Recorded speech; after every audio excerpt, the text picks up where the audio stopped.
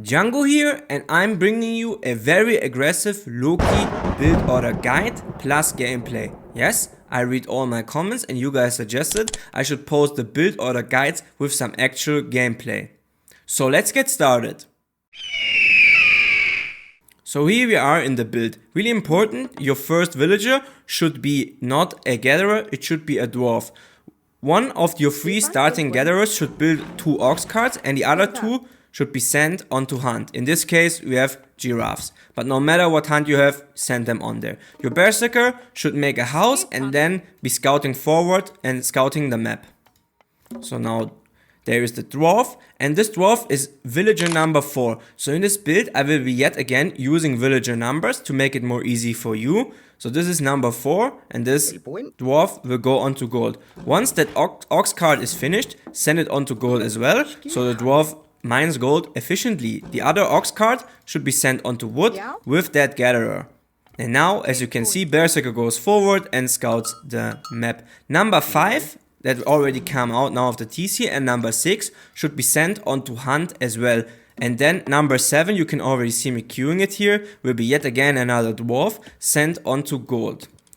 Something I want to say, and that is really important, in this build I will only make 3 dwarfs in the first age. The reason for that is, all the other builds I saw out there would make 4 dwarfs in the first age and we would end up float a lot of gold very early. In this build we only will make 3 and later we will still have 7 dwarfs on gold. You will still end up floating gold, but at a way later stage in the game, and you will have more resources of food and wood to make your buildings and get out more units more quickly. So I personally like this approach more than the builds that are out there. Before we continue with the build, I want to mention that for all my builds I make very detailed PDFs, and they can be found on my Discord server. So click the link down below in the description, go on the Discord server and grab your free PDF build order right now. As I said, villager number 7 will be a dwarf and will be sent on to gold. Now number 8 and 9 should be 2 gatherers again, sent on hunt. Once your berserker has reached your opponent, really important, use your god power spy on one of his villagers, and therefore you can see what that villager sees and you can see how your opponent allocates his resources, and from there you will be kind of easy to know what kind of strategy your opponent is going for. Then continue scouting with your berserker your opponent's base. As I mentioned, 8 and 9 will go on to food, and now number 10 will be yet again another dwarf sent on gold, and also gatherer number 11 will go on to gold. Usually you don't want to send gatherers on gold because it's more efficient to send dwarfs, but if you don't send that 11th gatherer onto gold, you will not have enough gold to make a temple. So really important to send him onto gold.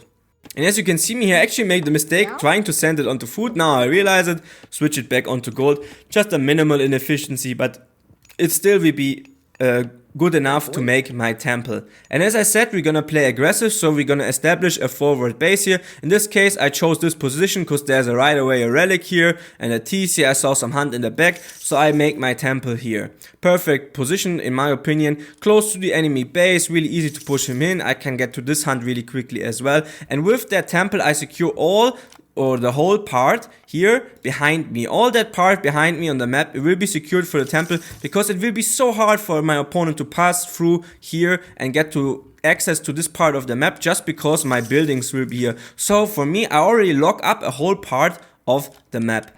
Gatherer number 12 and 13 will go on to food and number 14 will go on to wood. Also important, once you have finished that temple, send that gatherer you have on gold onto wood. You can see me here now also sending the ox cart, and as I said, number 14 will go on wood anyway, so that is perfectly, send them onto wood, force drop your food, and then you can go up.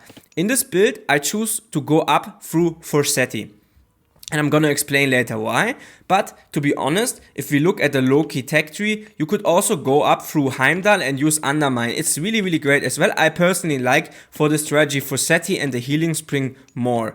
But both options are very viable. Also, once you click up, send 3 of your gatherers to a second food resource or a second hunt spot here and make an ox cart there. We're gonna take advantage of the fact that ox carts are 50% cheaper for Loki, and we're already transferring our villagers onto hunt because the hunt in our base will run out shortly. Also, send a fourth gatherer onto wood. We will need that wood to make production buildings. Once you also click up to the next age, make or start making a seer out of your temple right away. You want to collect relics, but B, you want to take advantage of the most important point of Loki's bonuses, and that is the following. Damaging enemy units can spawn myth units. Human soldiers contribute 10% and Hasirs contribute 50% of the damage dealt. So you want to have a couple of Hasirs in your army to make that myth unit or those myth units spawn.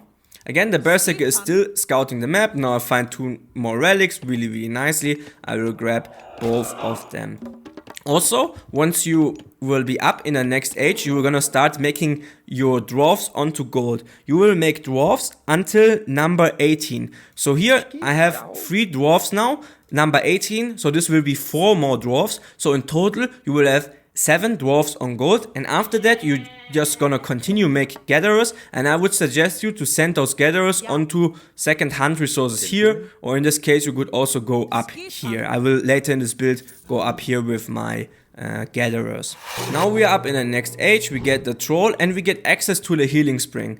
Obviously we're gonna throw our great hole down right away, and we're gonna make 1 house in our base with our dwarf. This will be the only house we're gonna make in our base. Next houses will be placed here. This is just for efficiency part, because we don't want that Berserker to make a house because he should make the Great Hall, and we want that Hesir to collect relics. That's the only reason why we're making this house with a dwarf here instead of a military unit. Other houses should be made with military units. Once that other Hesir comes out, send him right away. We want that building to be as fast as possible down. And now we're gonna use our healing spring. And now I'm gonna explain the idea of this build. This idea is to play really aggressive into your opponent, take small trades, and then send the lower HP units back to the healing spring and you heal them up. While your opponent takes damage, this damage will be permanent. You can heal up your units to full HP again, your opponent cannot. That's why I think this build is really strong for Loki. Before we continue with the video, I want to mention that it takes a lot of effort in editing and creation, so consider subscribing and giving the video a thumbs up. Also, if you want, write a comment and tell me what guide you want to see next. Now I want to mention also some downsides of this build. Obviously, you are susceptible to raids. You have gatherers here, we will later have gatherers here. You have no military buildings in your base, so you could be punished by getting raided. But the idea is you're so fast up and you're gonna start making pressure so fast onto your opponent as well that he will simply have no time to send enemy units to your base or to those spots, because he will be so much under pressure defending his own base. And even if he sends units to your base, it's still fine, because Loki now comes in the next bonus we're gonna use. Transforming gatherers and dwarfs into berserkers is free. So if you get raided here on the spot, instead of losing the 3 villages, you can convert them into berserkers and still take a good trade. Yes, you're down 3 vills, but your opponent sent a lot of army here, will lose that. Yes, sure, you will lose your 3 villages, but he will simply have no more military than to defend your push at the front, and he will go down. Even with 2-3 villagers or dwarfs behind, you can still pull off a victory, because your army presence is so high, and you're gonna resend your units and heal them up, and your opponent will simply not be able to keep up with your military production. Once you have enough resources as well, make a longhouse in your base as well.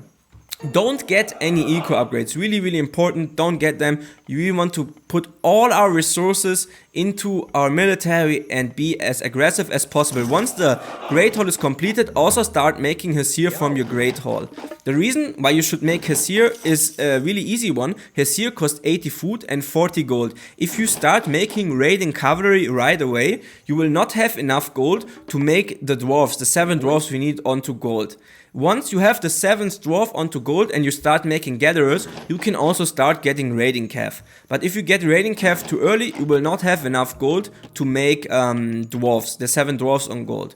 Now obviously also once your longhouse is completed, start getting throwing axemen, and now is the time already where you want to push in your opponent's base. We are at minute 5 and we are going to attack with 6 Hesir, 1 Berserker and 1 Troll. A pretty strong army that is also easily killing off the opponent's 2nd Age Myth units, because we have 6 heroes here in our army. Now we want to take small trades, fight the opponent, and again, when you have units that are damaged, send them back to the healing spring and you can make houses there, for example. This is like something I like to do personally, just send them back making houses. You want to queue out of your temple, your great hall and your longhouse, out of all the buildings if you can, obviously. If you don't have enough resources, don't worry, there will be times you see now I simply don't have enough resources to queue. It's okay, you will have some downtime, but still you are gonna have so much military. We at minute 533, we have 53 pop. This is super strong. Now you can see those 2 Hesir, they're a little bit damaged. And I'm just gonna send them back to the healing spring and let them make a house. That's super fine. Just send them back, let them make a house, and you can see they will regenerate the HP now. They're gonna go back to full HP, but my opponent here will not be able to generate to full HP. Obviously, you're gonna lose some units as well, that happens, but if you micro really good, you won't. And then you can send them back to the healing spring. Like now, this is here really low HP, 10 HP. Usually this is a kind of a useless unit, but we're gonna send him back to the healing spring, heal him up to full HP, and we are gonna have a great unit. So this is all with the build, and now let's jump straight away into the ranked gameplay. So we are in the game and we are on the map Marsh here, and I'm playing in the blue here. I obviously play on Alchi, so I'm always blue. Playing as Loki obviously, and my opponent is playing Isis. So obviously I know Isis does like to go Ancestor Eclipse, so fast 3rd Age, and I'm personally obviously trying to play as aggressive as possible, trying to showcase the build, preventing my opponent from H3 and then preventing him from even getting there to his power spike is my game plan here in this matchup. And I'm trying to play as aggro as possible, trying to trade, trying to be aggressive here in this matchup. And obviously if I play such a build, my opponent sets up his economy, sets up his build to go for H3 and I play for H2. So even if he then decides to don't go H3 and plays H2, his setup will not be good. So yeah, this is kind of what I'm banking here on this matchup, and I try to just take it down in H2. Don't let even get the Isis player to H3. Obviously I showed you already the build now, so I will not show you the build. We will right away skip to the 2nd Age once the temple is down at least. So my temple is down now, and as you can see I'm chasing the priest here. Sadly the priest will see my temple at the forward, at the top right of the map. I have the temple placed there, and I'm kind of aggressive spot, sending out now the 3 gatherers into the middle to get hunt as well, because I know Marsh has so much hunt in the middle. I know that will be no problem making the ox cart there, and obviously chasing down the priest, getting my first Hesir out for the relic, checking what that is. I only see that relic and I want super wide left, and I don't want to take that right now because it's a really long walking distance. And obviously hitting the priest here, if he like really sleeps, I'm getting it. If not, I'm just generating favor.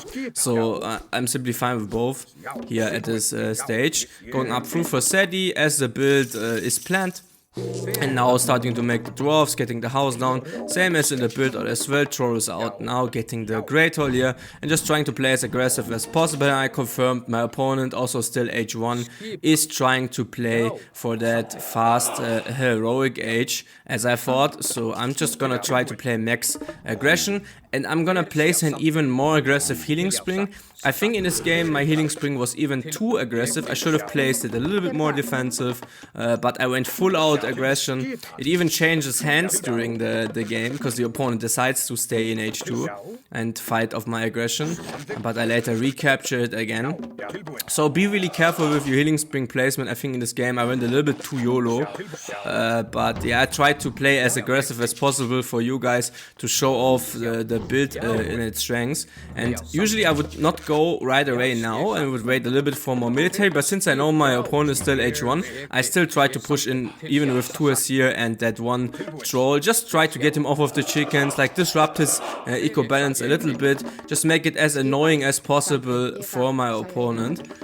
And yeah, can't get anything here, he's already off the chickens, and yeah, therefore can't find any damage here. I'm gonna transition now to that tower on the other side. Obviously Egyptian getting that free tower upgrade, and now I'm trying to push that tower here. He sends out his Sphinx when he's up, and bam, I catch it in the transition. Really nice, that Sphinx is basically dead. Really good for me. Obviously Egyptian, they can also heal, but yeah, obviously the healing spring will provide a more easy healing for me. The Egyptian player will need to make priest for that.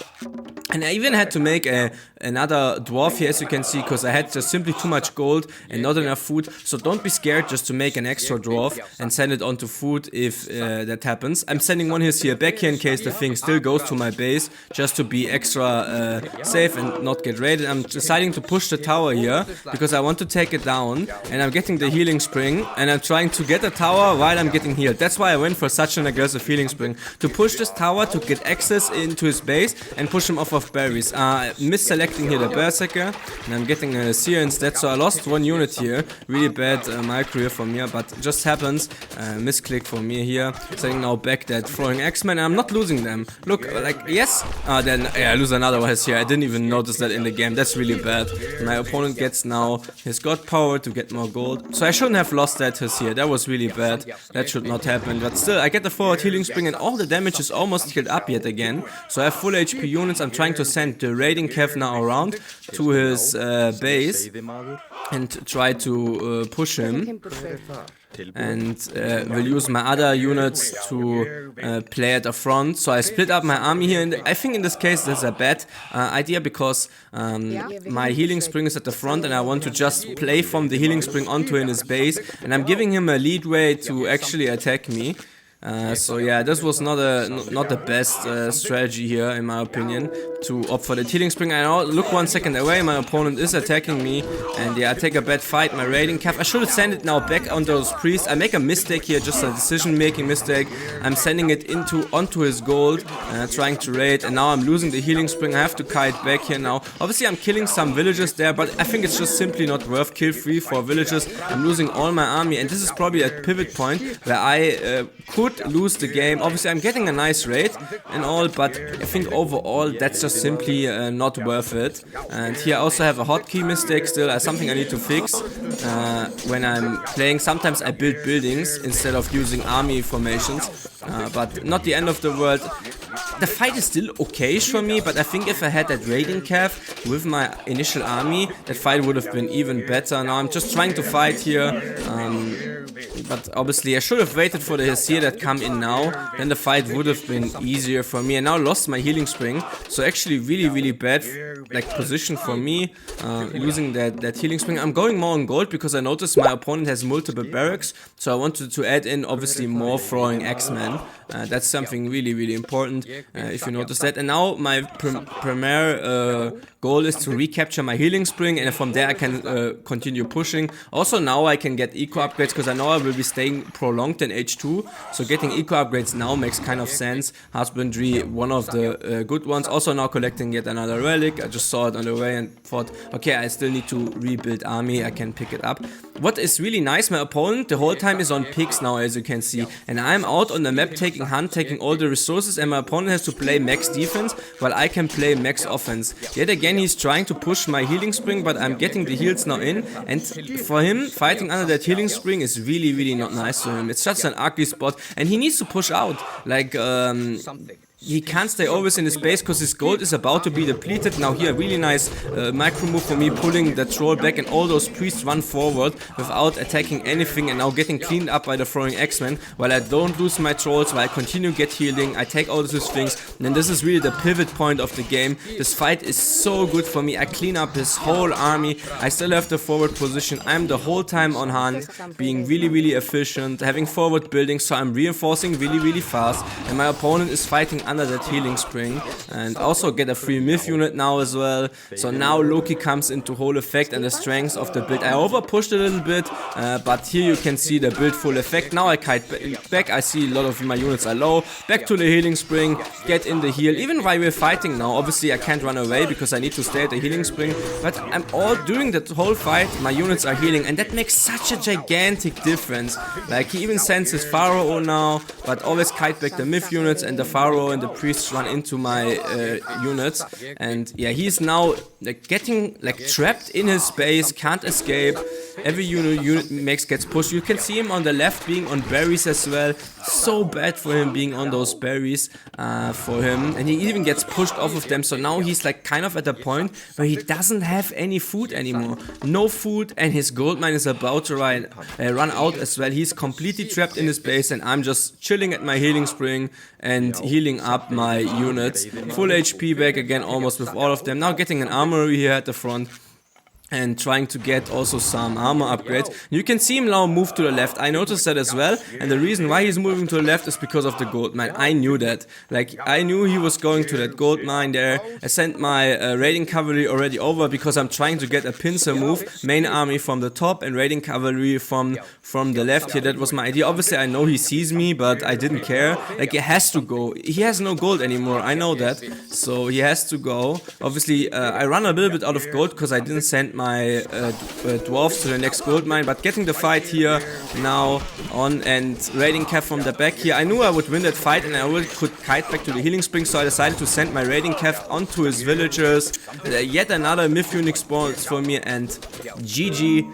Game is mine, and I exactly got what I want from the strategy. My opponent had to go out there for hunt for that gold mine, couldn't get out there, and I take the W from him. Obviously a little bit misbalance in the economy. As I said, I have only 8 on gold and I don't have enough gold, but still, even if the game is more even, you could now stop army production and go up to the 3rd age. I have 110 favor as well, super nice for me.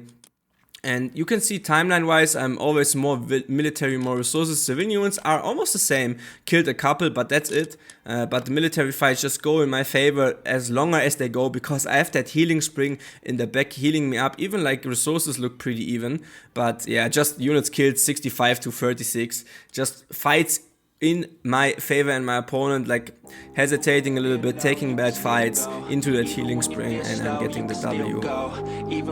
That was all for me. Stay fly, I hope you liked it, and Django is out.